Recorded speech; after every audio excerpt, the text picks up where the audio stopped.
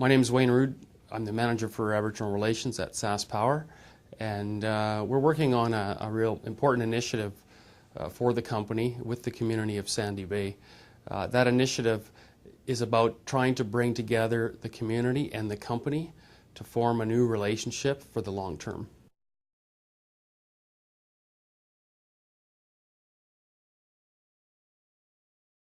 The history goes back even before SaskPower was involved with the facility, so it goes back about 80 years when the hydro facilities were first developed by a third-party company, in this case from Manitoba. There were impacts from the operations that have never been properly addressed.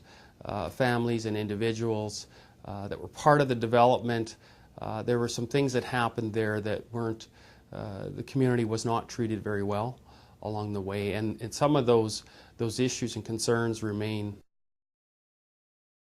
In the past, the company did attempt to find a way forward to resolve some of the past issues. We worked with the community, or at least some of the leaders in the community, but ultimately the efforts were rejected by the community as not being enough. And I think back then, maybe not all voices in the community were heard. And so the approach that SaskPower is bringing forward is more of a grassroots effort to try to hear the voices of everyone, to really understand what the community might want from a relationship with SaskPower and what that might look like in the future. I want to see my grandchildren going to a good school than me. Why would you want to see them going to the good school? Because I want to see them, they could have better chances than us. Where do you want to be in 10 years? Working in the university of Saskatchewan. Saskatchewan? What do you want to study? To be an astronaut. Where do you want to be in 10 years? Electrician. And where do you want to live? Saskatoon. The process involved bringing in a company called Dialogue Partners. They're experienced in resolving conflict between communities and industry, and in this case they brought forward a methodology that really talks to going down and talking to the people that don't normally come forward in the community, perhaps people that would be considered to not having a voice, and to trying to get all the voices heard.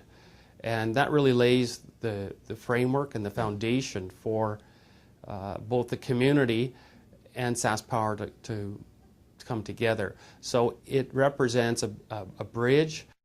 Well, from here on in, the SaskPower will be talking to the consultant, to Dialogue Partners, to understand what it is that SaskPower would like to try to do to improve the relationship. They've already got or received most of that background from the community itself, and then from there, the final step of the consultant will be to draw the two parties together into a proper dialogue. So that we can discuss the issues and the concerns and hear both sides and try to find some way to resolve any of the issues that are outstanding. It is something that I think for the company to move forward in our relationship with the community, but also in Northern Saskatchewan, we need to bring a different approach. As a provincial Crown Corporation in 2012, we do need to be responsible as a company and to try to move forward. What's at risk if we do nothing is that the community continues to see SaskPower in a very negative light, is unwilling to come and address the issues that they have with us. And this just tries to put that behind us. We can't fully put the past behind us, but I think in a good conversation with the community that has good intentions, I think we can put it behind us and start to look forward to the future. And again, a lot of what Dialogue Partners has brought forward it's not always about money. It's about just understanding, accepting our role in the history of that community and acknowledging that we've had a place there.